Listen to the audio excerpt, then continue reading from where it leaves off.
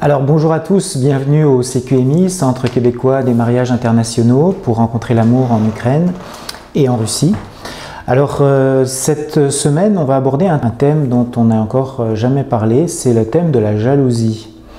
La jalousie, c'est un sentiment bien connu qui nous affecte tous, à un moment ou à un autre de notre vie.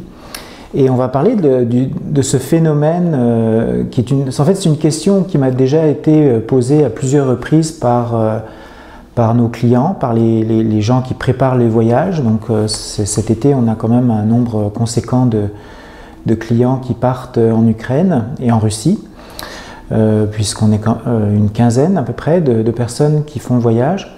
Donc on va parler aujourd'hui d'une question et en fait ce qui est bien c'est qu'on va voir aussi la réponse avec Nadia. On utilise le témoignage de Nadia pour illustrer le thème de notre vidéo d'aujourd'hui.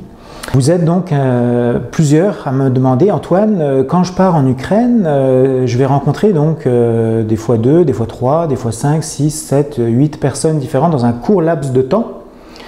Puisque, en tout cas pour les Canadiens et pour les Français aussi, la période de voyage en général est quand même assez courte. On parle des fois d'une semaine, des fois 2 semaines.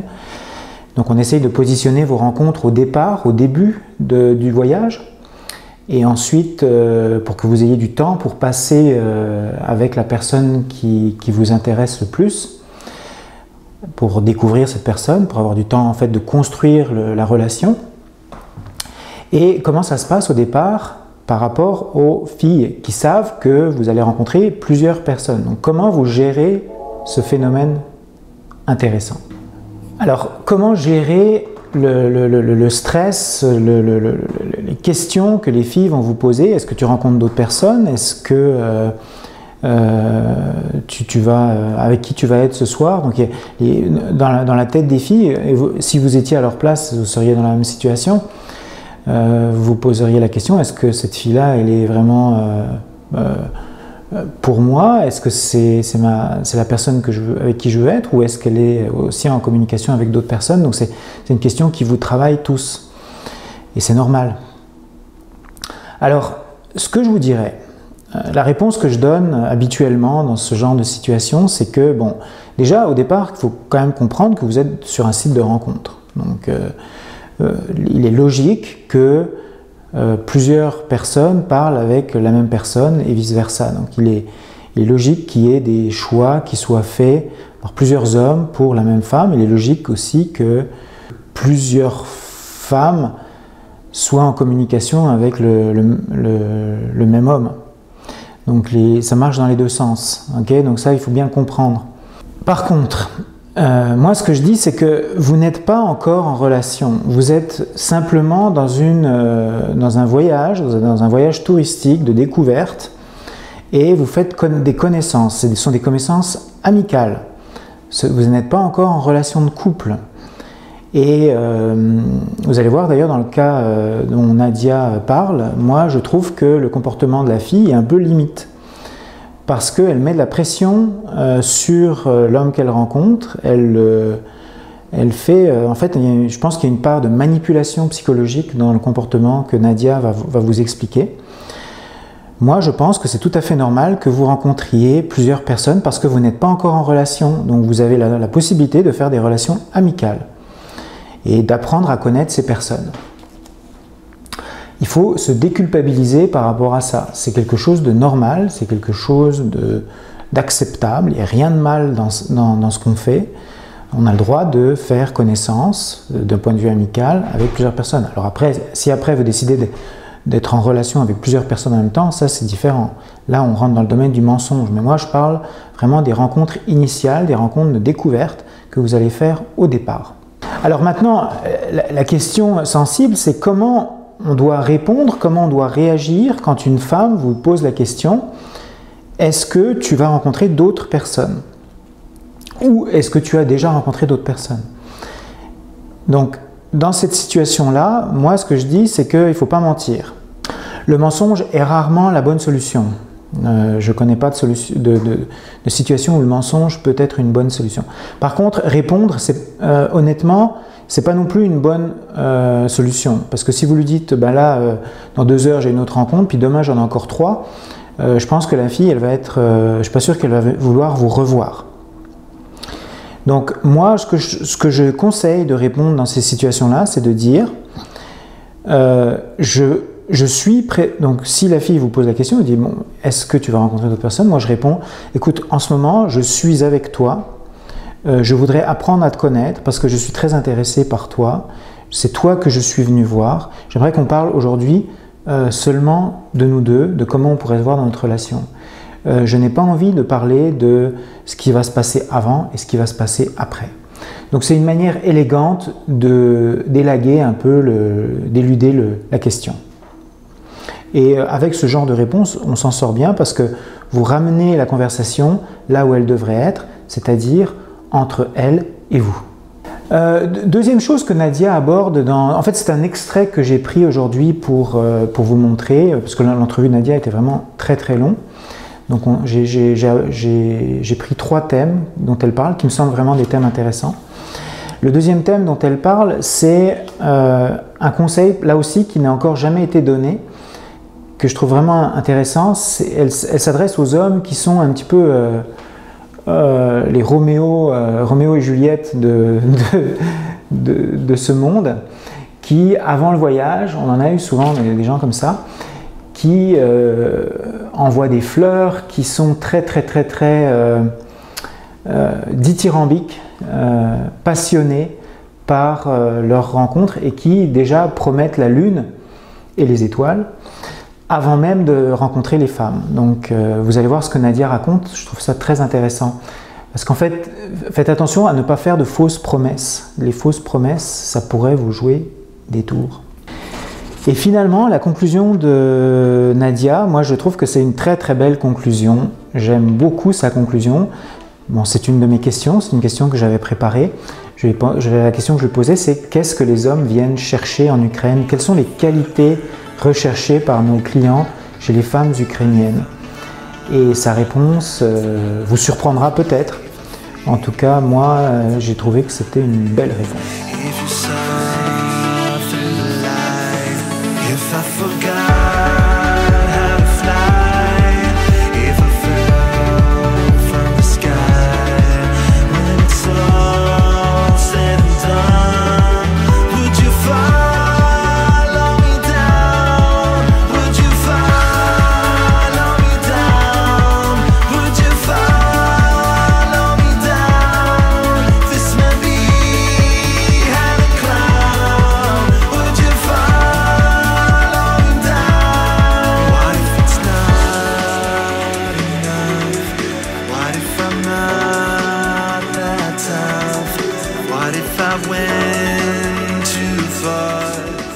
Mon client a failli avoir un problème avec sa jeune fille, sa femme prioritaire, parce qu'elle a eu une idée qu'il pouvait avoir la communication avec d'autres femmes.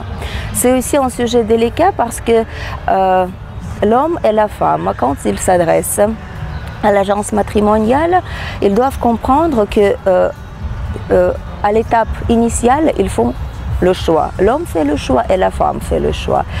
On en a déjà beaucoup parlé dans les interviews précédentes, mais il faut le répéter chaque fois. Donc, à cette étape-là, les communications avec d'autres femmes sont possibles et la femme doit le comprendre. Mais cette fois-ci, la femme, peut-être, elle n'a pas pu...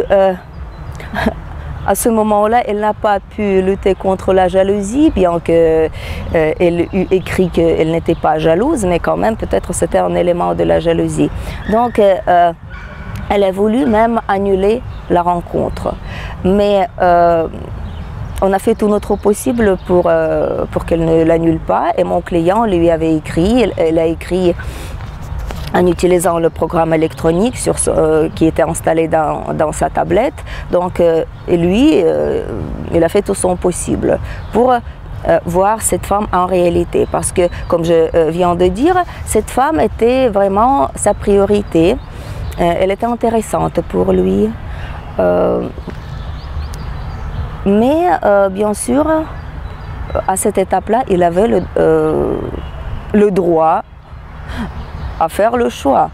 100% qu'il a le droit de faire le choix.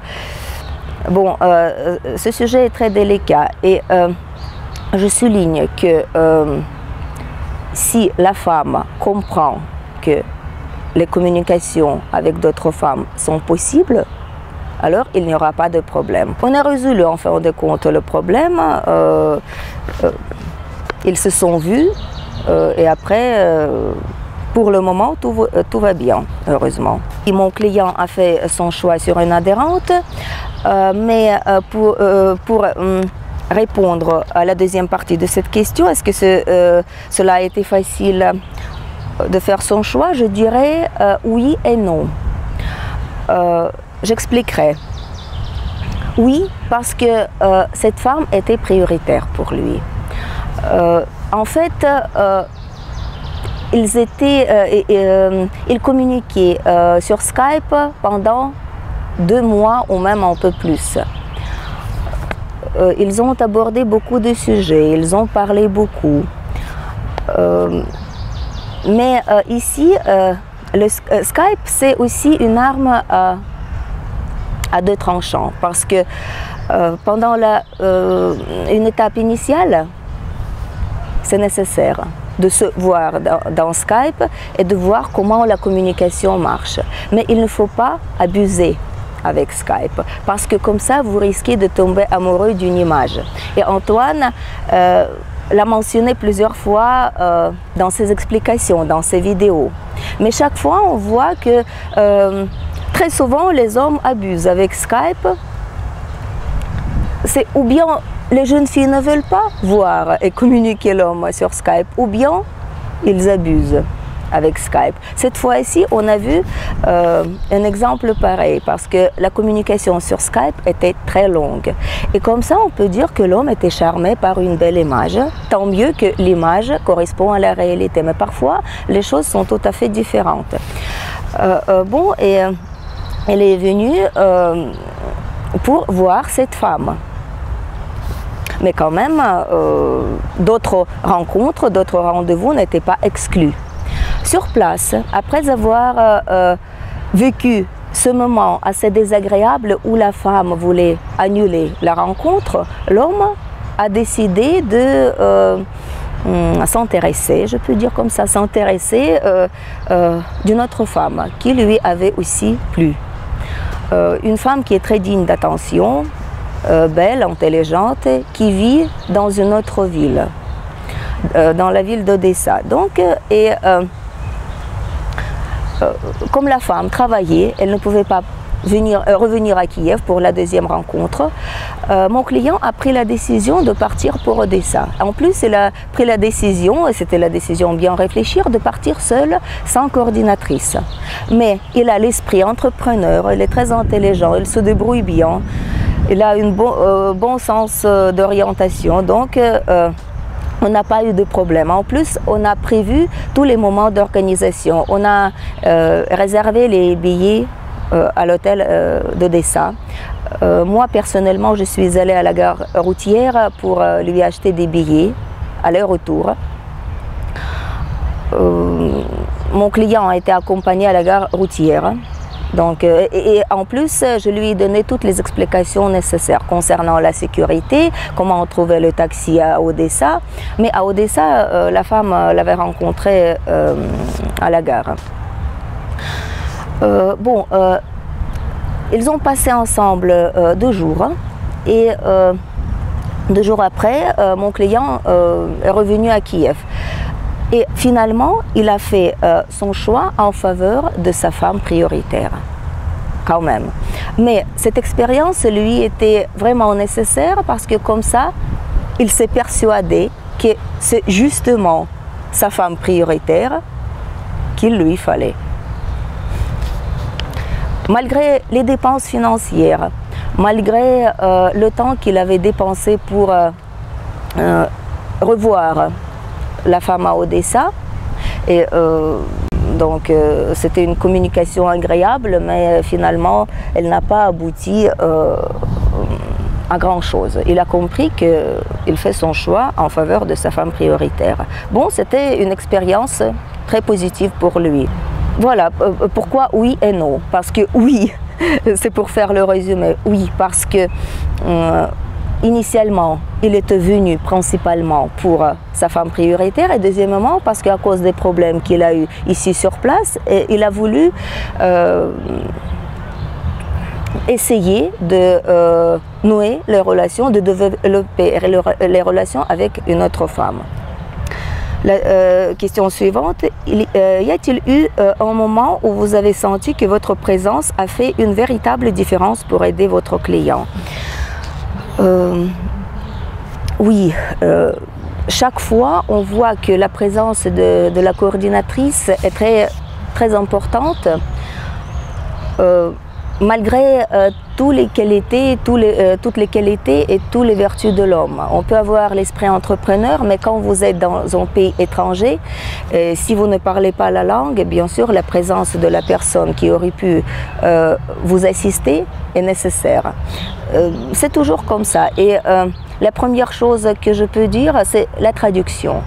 Parce que malgré tout le progrès technique, toute la traduction sur la tablette, avec les programmes électroniques, rien ne peut remplacer la communication en réalité avec une interprète. Parce que pendant la première rencontre, surtout pendant la première rencontre, on discute les sujets de base, la famille, l'amour, les goûts et les préférences gastronomiques, tout ce qui fait la base de la vie. Donc, aucun moyen technique ne peut pas remplacer une personne vivante qui assiste un homme à faire son choix finalement. La question suivante, qu'est-ce qui vous a plu chez votre client? Je peux dire que j'ai beaucoup apprécié mon client. Je le dis chaque fois, mais c'est vrai, chaque fois c'est vrai, parce que je trouve chaque fois des traits du caractère qui me plaisent. Cette fois-ci, mon client était très intelligent, bien instruit. J'ai beaucoup apprécié son sens d'humour. Il a l'esprit entrepreneur. Il est intéressant. Le complexe, c'est-à-dire, il est très varié. Il est cultivé. Il sait écouter et entendre, ce qui est très important. Qu'est-ce qui vous a moins plu chez lui? Je ne peux pas dire que je n'ai pas apprécié certains traits du caractère, je dirais autrement. En parlant du cas, de l'exemple de mon client et en général. Messieurs, évitez s'il vous plaît le superlatif pendant votre communication sur Skype. J'explique. Quand vous écrivez à une femme, vous êtes la plus belle, je viendrai uniquement pour te voir, tu es mon amour pour toute ma vie, etc. Vous avez compris. Donc, si vous employez ce superlatif, la femme peut avoir déjà des espoirs faux et elle peut se faire des idées.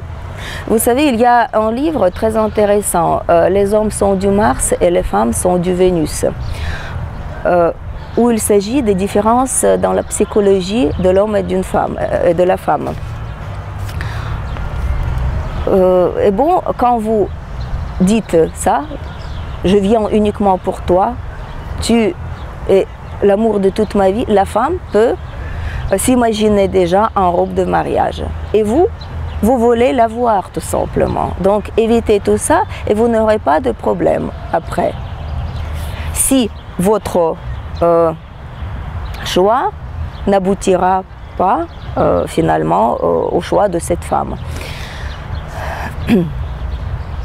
La question suivante, avez-vous été témoin de véritables différences culturelles entre votre client et les femmes ukrainiennes?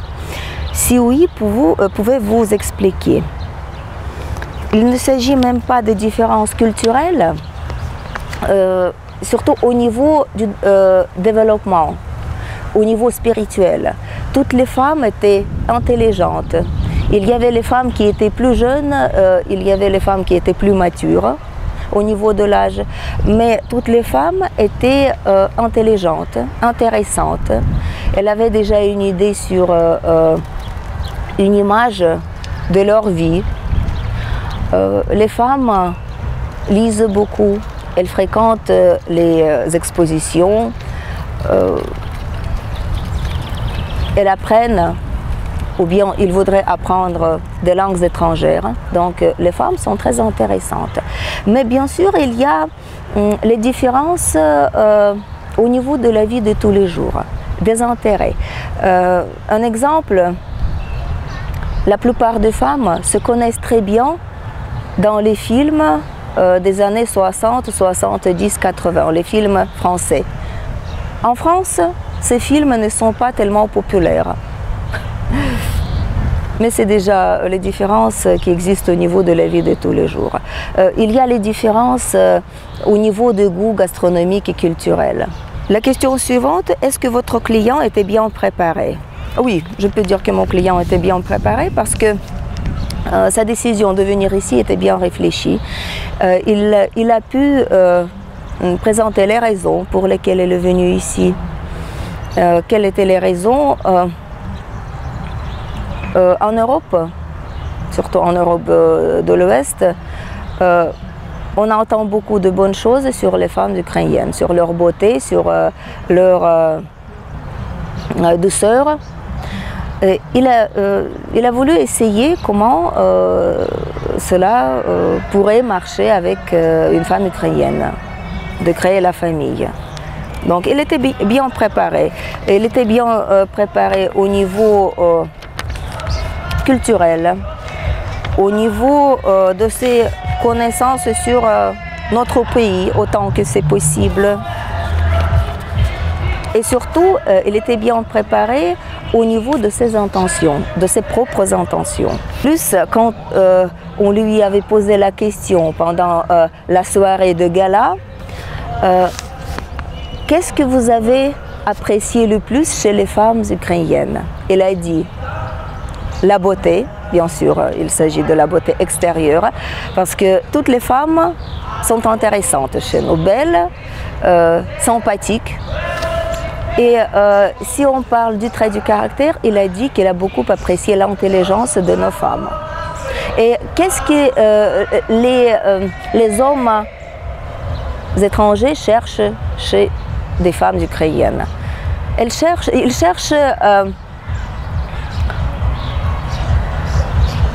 le foyer familial, ils cherchent l'amour, comme je dis toujours, la compréhension mutuelle, l'amour réciproque. Et finalement, qui cherche, trouve. Les critères les plus importants, c'est la compréhension du rôle de la femme dans la famille. Parce que les hommes étrangers, les francophones avec qui je travaille avec les Canadiens, les Français. Donc, ces hommes voudraient que la femme comprenne son rôle dans le foyer familial, pour qu'elle soit douce, compréhensible, pour qu'elle aime les enfants et en plus pour qu'elle n'humilie pas les hommes. Et malheureusement, les hommes citent parfois des exemples où les femmes françaises ou bien canadiennes ont perdu que les hommes sont aussi dignes du respect. Et très souvent, c'est la femme qui devient le chef de la famille et pas un homme. Et les hommes, malgré tout le progrès technique, malgré tout le respect des droits de la femme, les hommes voudraient être les chefs de la famille, surtout si les hommes sont dignes d'être les chefs. Voilà ce qu'ils cherchent chez des femmes ukrainiennes.